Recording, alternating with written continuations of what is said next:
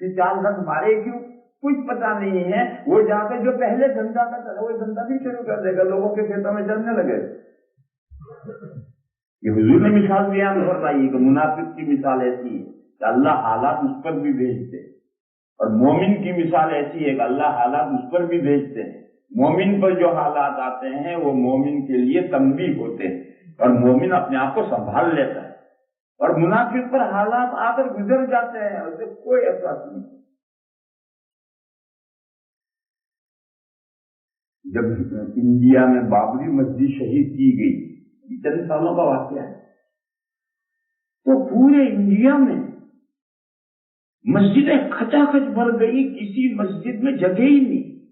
میری مسجد جس میں کل مشکل سے 1 صف ہوتی ہے, مجھے 15 منٹ پہلے جانا پڑتا تھا, جگہ نہیں ملتی. 1 مہینے کے بعد میں کتے کی ڈھونڈتی ہوئی, 1 مہینے تک یہ منظر رہا. 1 مہینے کے بعد پھر مسلمان تھا وہی کہیں چلا گیا. پھر وہی چند مسجد میں چند بڈھے آتے ہیں جن کا کوئی کام نہیں دنیا.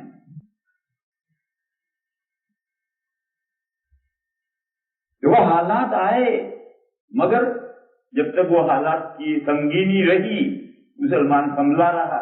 حالات ہلکے پڑے پھر تھا وہی کا وہی چلا گیا.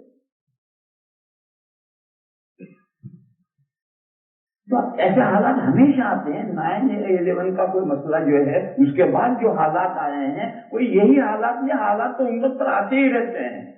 مگر میرے بھائیوں, صورتحال یہ ہے کہ مومن سنبھلنا, ملت سنبھلنا نہیں چاہتے.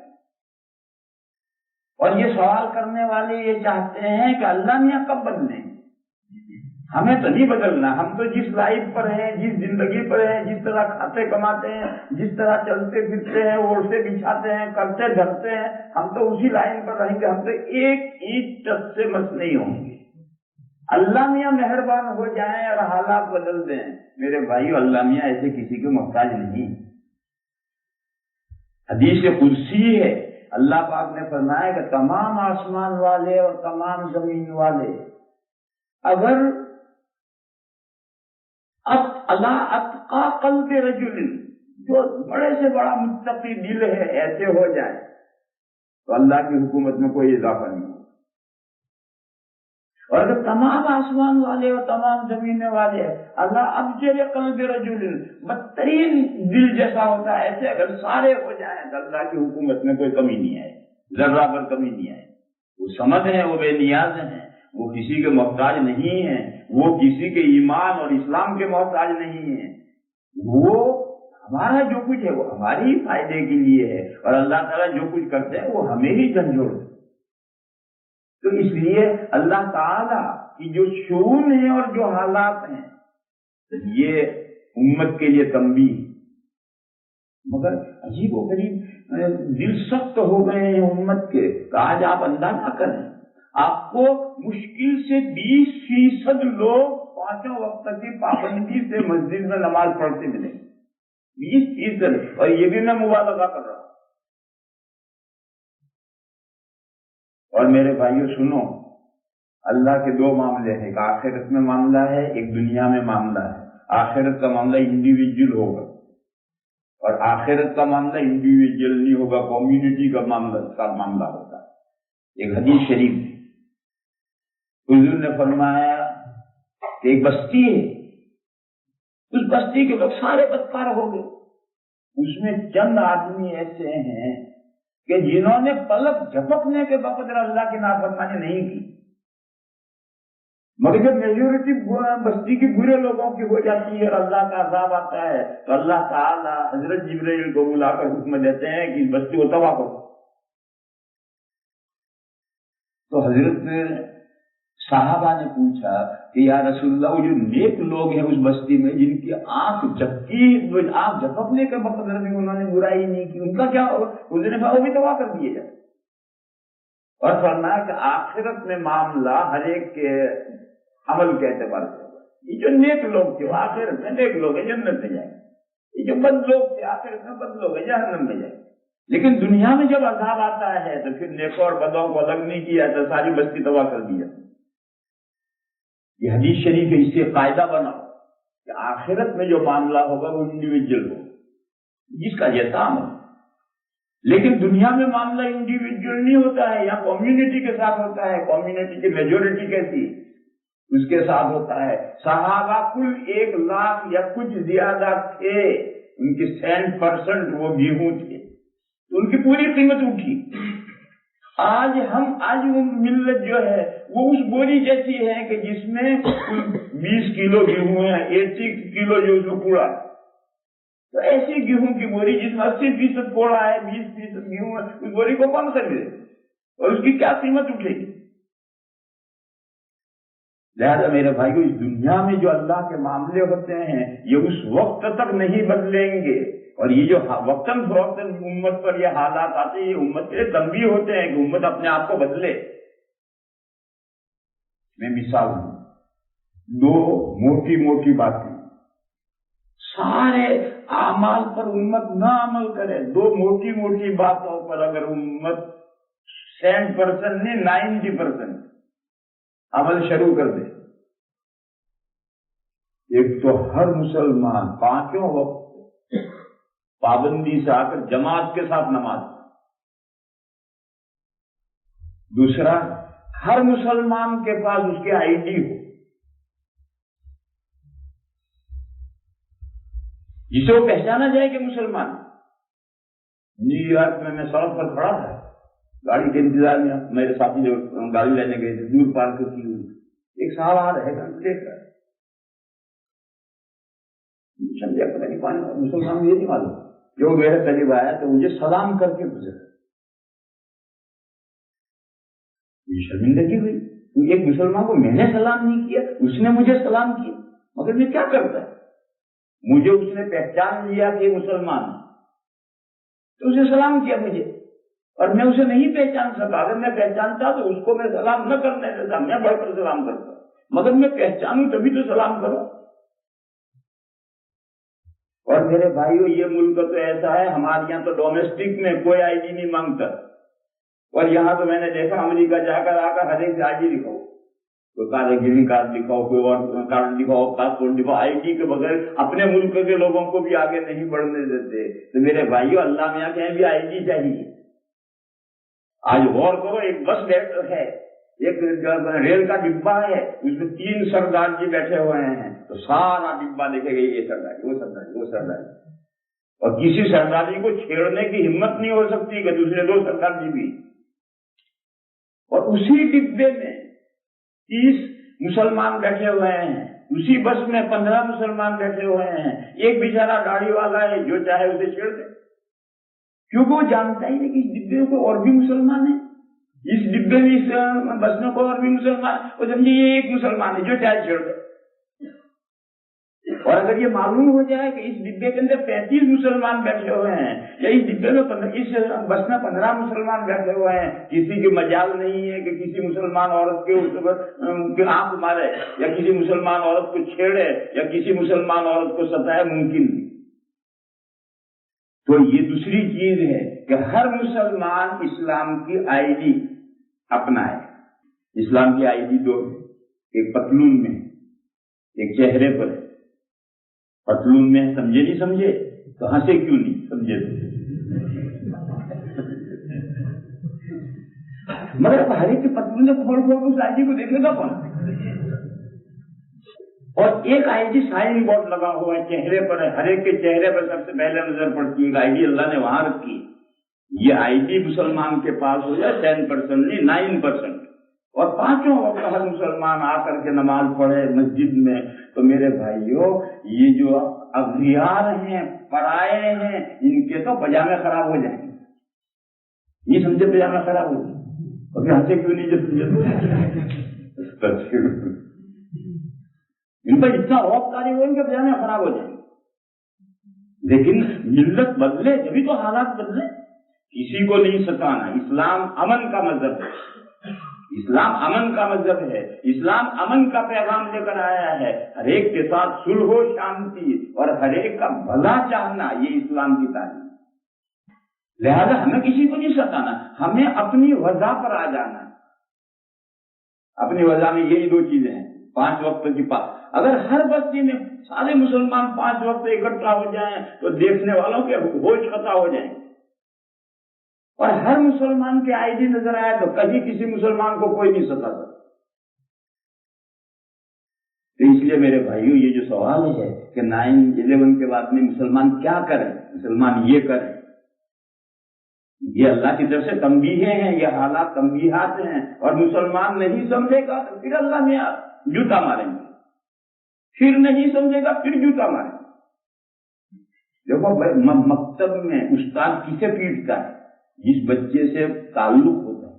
اور ایک بچہ نالائق ہے تو ایک بٹھا گیا کل جو تجھے کرنا، استاد مارے گا اسی بچے کو جس کو پڑھانا چاہتا ہے، جس سے اسے تعلق اور محبت ہے. لہذا ملت پر جو حالات آ رہے ہیں یہ اللہ کا کرم ہے کہ ان کو اس ملت کے ساتھ بہبودی مقصود ہے، ملت کے ساتھ اللہ کو محبت ہے. اللہ تعالیٰ اس ملت کو سرخرو دیکھنا چاہتے ہیں، اللہ تعالیٰ اس ملت کو شاداب دیکھنا چاہتے ہیں. مگر بچہ نہیں پڑھے گا تو اس کو تنبیہ تو کی ہی جائے گی. یہ سب تنبیہات ہیں، ان تنبیہات سے جب تک فائدہ نہیں اٹھایا جائے گا اللہ کے حالات آتے رہیں. پھر ایک سوال ہے کہ ہم اپنے آپ کو سنوار سکتے ہیں، ساری ملت کو ہم کیسے سنوار لیں؟ میں اپنے آپ کو سنواروں، یہ ساری گیدرنگ کو میں کیسے سنوار لوں گا؟ میرے انسان میں تھوڑی. ہاں یہ سوال ٹھیک ہے، ہر ایک اپنے آپ کو سنوار لیں. تو کلی سنور گئی. جب کلی کی ساری جزیات ہر ایک جزی اپنے آپ کو سنوار لے گی تو پوری گیدرنگ خود بخود سنور گئی. تو اس لیے دوسروں کے بجائے اپنے آپ کو سنوارو، اپنوں کو سنوارو، اپنی فیملی کو سنوارو، اپنی بچوں کو سنوارو. پھر لوگ کہیں اس ملک کا قانون بڑا سخت ہے، ہم بیوی کو کچھ نہیں کہہ سکتے، بچوں کو کچھ نہیں کہہ سکتے. چلو مت کو نکالو، انہیں جماعتوں میں نکالو، نوجوانوں کو اپنے گھروں میں سے جب نوجوانوں کو سمجھا بجھا کر پیسے دے کر جماعتوں میں نکالو. وہ 40 دن 2 چلے 3 چلے رہیں گے، دین کے ماحول میں رہیں گے، مسجدوں میں رہیں گے، نمازوں میں شریک ہوں گے تو ضرور رنگ پکڑ کر کے گھر لوٹیں گے. نہیں آئیں گے نہیں. اور اسٹریٹ میں گھوم کر وہ نوجوان کبھی نہیں سمجھیں گے، اسکول میں پڑھ کر وہ نوجوان کبھی نہیں سمجھیں گے. اگر آپ اپنے بچوں کو بگڑا ہوا دیکھتے ہیں اور سنوارنا ہے تو جماعتوں میں نکالو، انہیں سمجھاؤ بجھاؤ، ذہن بناؤ، اور یہ کہو جا ٹور کر کیا، کسی بہانے سے ان کو جماعتوں میں نکالو. اور ان کو جماعتوں میں نکالنے سے پہلے خود نکلنا پڑتا ہے. UK میں مرکز ہے ڈیوزبری، وہاں کے امیر ہیں حافظ پٹیل صاحب، وہ میرے پرانے تعلقات ان سے ہیں، میرے ان سے. ان کے مدرسے میں ان کے دارالعلوم بھی ہے، دوہرے تک تعلیم ہوتی. ان کا یہ قانون ہے کہ جو شخص اپنے بچے کو مدرسے میں داخل کرنا چاہے گا تو بچے کو لے کر آئے، ساتھ میں بسترا لے کر آئے، بچے کو داخل کرے اور 40 دن کے لیے جماعت میں جائے. اس کے بغیر وہ بچے کو داخل نہیں کرتے. تو ایک مرتبہ میں نے حافظ صاحب سے مذاق میں پوچھا، میں کہا حافظ صاحب یہ تو بڑا ٹائٹ قانون کیوں بنا رکھا؟ کیا ہر آدمی اس پوزیشن میں ہوتا ہے کہ جب بچے کو لے کر آئے اسی وقت جماعت میں چلا جائے؟ انسان کے حالات ہوتے ہیں، اتنا بڑا ٹائٹ قانون کیوں بنا رکھا ہے؟ تو حافظ صاحب نے مجھے وجہ بتائی اور میری عقل نے قبول کی. انہوں نے کہا کہ مولانا ہوتا یہ ہے کہ اب بچہ انہوں نے لا کر داخل کیا، اب ہم اس کی تربیت کرتے ہیں، نماز پر لگاتے ہیں، سونے جاگنے کا اس کا نظام کہ اتنے بجے سو اتنے بجے اٹھو، ایک مزاج بناتے ہیں، اور مہینے میں 3 دن کی گھر جانے کی چھٹی ملتی ہے. اب 3 دن گھر گیا تو گھر میں تو کوئی نماز نہیں پڑھتا، اٹھنے جاگنے کا کوئی نظام نہیں. 3 دن میں وہ ایسا بگڑ کر آتا ہے کہ ہمارے مہینے بھر کی محنت ختم. تو اس لیے ہم یہ چاہتے ہیں کہ بچہ اگر مدرسے میں آئے اور ہم اس کی دینی تربیت کریں تو اس کے گھر کا ماحول بھی بدلے. اور اس کا گھر کا ماحول اسی طرح بدل سکتا ہے کہ باپ جماعت میں جائے اور وہ بدل کر گھر میں آئے اور ماں کو اور مدد کو بدلے اور اپنے گھر کا ماحول دینی کرے. تو اب یہ بچہ 3 دن کے گھر جائے گا تو ہماری جو مہینے بھر کی محنت ہے وہ رائے گا نہیں جائے. تو میری سمجھ میں بات آئی؟ لہذا میرے بھائیو، اگر آپ اپنے نوجوان بچوں کو جماعت میں نکالتے ہو تو کوئی فائدہ نہیں. جب وہ 40 دن کے بعد آئیں گے، آپ کے گھر کا ماحول صحیح نہیں ہے، وہ 1 دن میں تھے ویسے کے ویسے ہو جائیں. اس لیے پہلے اپنے گھر کا ماحول بنو، خود نکلو گھر کا ماحول. اور ہمارے نوجوان بگڑے ہی اس لیے ہیں، یہ کلیہ قاعدہ نہیں بتا رہا. کچھ اس میں ایکسیپشن بھی ہو سکتا ہے. ہمارے نوجوان بگڑے ہی اس لیے ہیں کہ ہمارے گھر کا ماحول ہی صحیح نہیں. اگر ہمارے گھر کا ماحول دینی ہوتا اور صحیح ہوتا تو ہماری نسل بگڑتی نہیں. یہ قاعدہ کلیہ نہیں بتا رہا. نوح علیہ السلام کا لڑکا بھی کافر ہوا, نوح علیہ السلام کی بیوی بھی کافر تھی, لوط علیہ السلام کی بیوی بھی کافر تھی. یہ کلیہ نہیں بتا رہا, ایک اکثر ہی قاعدہ بتا رہا ہوں کہ ہمیشہ اولاد بگڑتی ہے اس گھر میں جس گھر میں دین کا ماحول ہی نہیں. نہ ماں نماز پڑھتی ہے, نہ باپ نماز پڑھتا ہے, نہ کبھی بیٹھ کر دین کی کوئی بات کرتے ہیں, تو پھر اب جو نسل تھوڑی پروان چڑھے گی. وہ تو اسکول کی اولاد ہے جو اسکول کا ماحول دیکھ کر آتے ہیں, ایسے رنگ میں رکھ جاتے ہیں. اور اگر گھر کا ماحول دینی ہے تو 5-6 گھنٹے اسکول میں جا کر گھر آئے تو گھر میں 18 گھنٹے اس بچے کو رہنا ہے. تو 18 گھنٹے کا اثر ہوگا یا 6 گھنٹے کا اثر ہوگا؟ اس لیے عام طور پر یہ ہے کہ جن گھروں کا دینی ماحول ہے اس گھروں کے بچے دینی ماحول ہونا کافی نہیں ہے. بچوں کی طرف توجہ رکھنا ضروری ہے.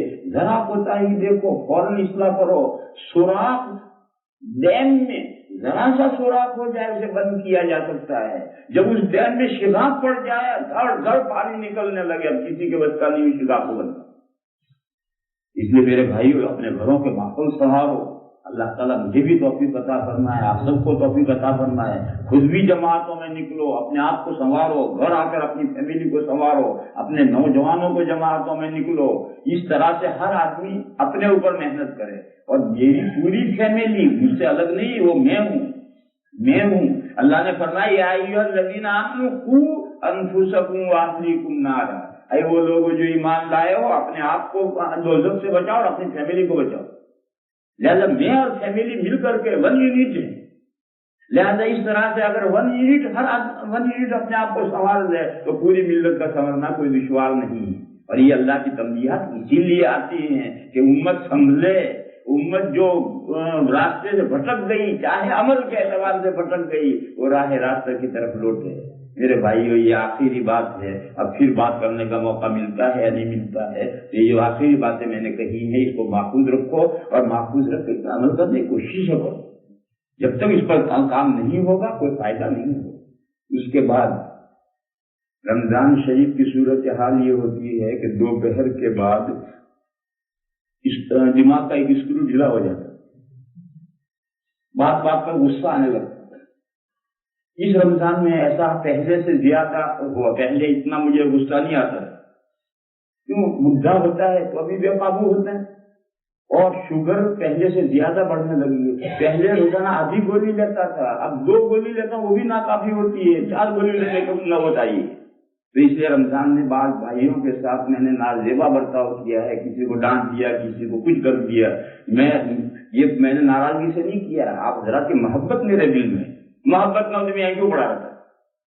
اس لیے جن بھائیوں کے ساتھ ایسی میں نے بات کی میں ان سے معذرت خواہ ہوں. اللہ تعالیٰ ان کے دل کو صاف فرما دے. اگر میں اللہ ہوا میرے دل میں کوئی میں ایک وقت کی بات کہتا ہوں, تو اگر میں نے ایسی بات کی وہ کہیں ادھوری لگی تو مجھے معاف کر دیں. وآخر دعوانا مفتی صاحب ہمارے یہاں تشریف لاتے ہیں اور مفتی صاحب ہماری دعوت کو قبول فرماتے ہیں. ہم اسلامک سوسائٹی آف ٹورنٹو کی طرف سے حضرت مفتی صاحب کے شکر گزار ہیں کہ ہمیں وہ موقع دیتے ہیں اپنی اصلاح کے لیے, اور آ کر ہمیں بھی ہماری جو اصلاح فرماتے ہیں. اب تعالیٰ جل شانہ مفتی صاحب کے علم میں, عمل میں, اخلاص میں خوب برکت عطا فرمائے.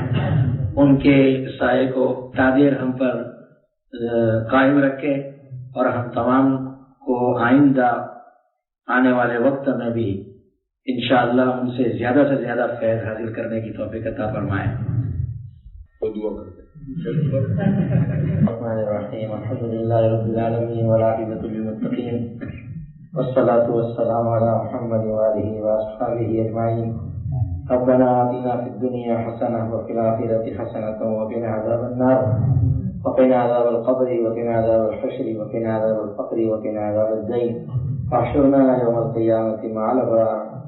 ربنا ظلمنا أنفسنا وإن لم تغفر لنا وترحمنا لنكونن من الخاسرين. اللهم اصلح لنا شأننا كله ولا تكلنا إلى أنفسنا طرفة عين. اللهم ربنا تقبل منا إنك أنت السميع العليم وتب علينا يا مولانا إنك أنت التواب الرحيم. واغفر ذنوبنا إنك أنت الغفور الرحيم واستر عيوبنا إنك أنت الستار الحليم. واعف عنا واغفر لنا وارحمنا أنت مولانا فانصرنا على القوم الكافرين. اللهم إنا نسألك حسن الخاتمة ونعوذ بك من سوء الخاتمة. اللهم ادخلنا الجنة بغير حساب. اللهم إنا نسألك من خير ما سألك منه نبيك محمد صلى الله عليه وسلم ونعوذ بك من شر ما استعاذك منه نبيك محمد صلى الله عليه وسلم وأنت المستعان وعليك البلاغ ولا حول ولا قوة إلا بالله العلي العظيم. بفضل سبحان ربك رب العزة عما يصفون وسلام على المرسلين والحمد لله.